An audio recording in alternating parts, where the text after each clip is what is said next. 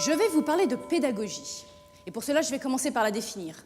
Tout d'abord, la pédagogie n'est pas une science, mais une théorie pratique. C'est pourquoi, d'un point de vue épistémologique, ça y est, je crois que je vous ai perdu.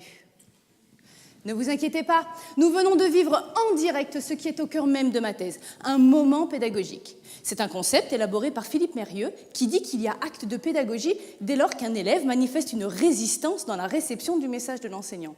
Cela peut aller du simple questionnement au décrochage, voire à l'abandon total. Mais au-delà de cette notion, je me pose une question bien plus vaste. Comment un enseignant devient-il pédagogue ? Figurez-vous qu'avant d'être professeur d'école, j'étais prof de judo. En début d'année, avant même d'enseigner les autres mouvements, je proposais de faire le kumikata, la technique pour attraper le kimono du partenaire. Là, je faisais faire un croisement de mains pour feinter l'adversaire et le mettre d'emblée en position vulnérable. Et il y en avait toujours un qui me disait, on était au cœur d'une cité, « Wesh, ton truc là, c'est naze !» Ce que Philippe Mérieux traduirait probablement comme une résistance. Donc deux solutions. Soit ça m'énervait, je lui disais « Viens, je vais t'expliquer ». Je l'attrapais, je le mettais au sol, puis je lui demandais si c'était efficace et le nez dans le tapis répondait « Oui ».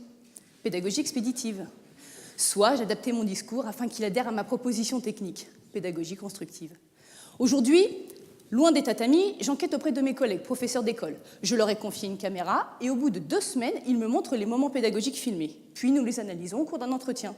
J'aimerais ainsi définir une matrice de la pratique pédagogique, une sorte de recette que tout le monde, je dis bien tout le monde, pourra utiliser. L'ingénieur à qui on demande de former un nouvel arrivant et qui ne se sent pas l'âme d'un pédagogue. Les parents, qui pourront peut-être garder leur nerf un peu plus longtemps avec une manière de transmettre plus sereine. Parce que la pédagogie, c'est quand même magique. Revenons au judo.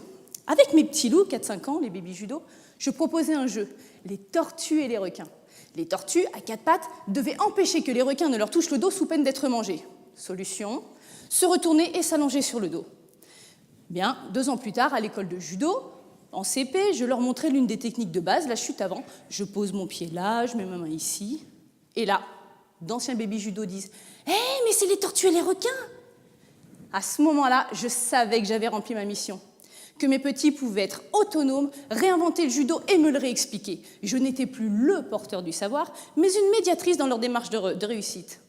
Eh bien, je voudrais que grâce à ma recherche, chaque parent, enseignant, formateur puisse transmettre non seulement en gardant ses nerfs et ses cheveux, mais en se sentant vraiment utile. Parce que si, pour paraphraser Simone de Beauvoir, on ne naît pas pédagogue, mais on le devient, avec une bonne clé, c'est quand même plus agréable.